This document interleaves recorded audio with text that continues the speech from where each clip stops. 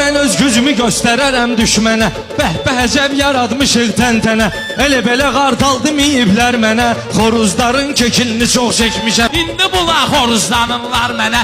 O vaxt şişə qirilini mən çəkmişəm. Bunlar hamısı indi olub kəvləyi.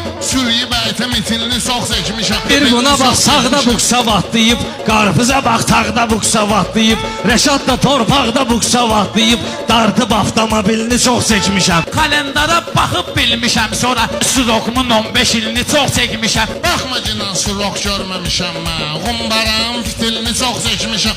Sözü belə aləmdə də göstərmişəm, kədərdə də, qəmdə də göstərmişəm. Mən səsimi bəmdə də göstərmişəm, zilinə qalanda zilini çox çəkmişəm. Mən bunların iynəsini vurmuşam, şükrüsə ampisilini çox çəkmişəm. O şey ki bir qullamından ölərsən, mən onun stabilini çox çəkmişəm. Mən onun stabilini çox çəkmişəm.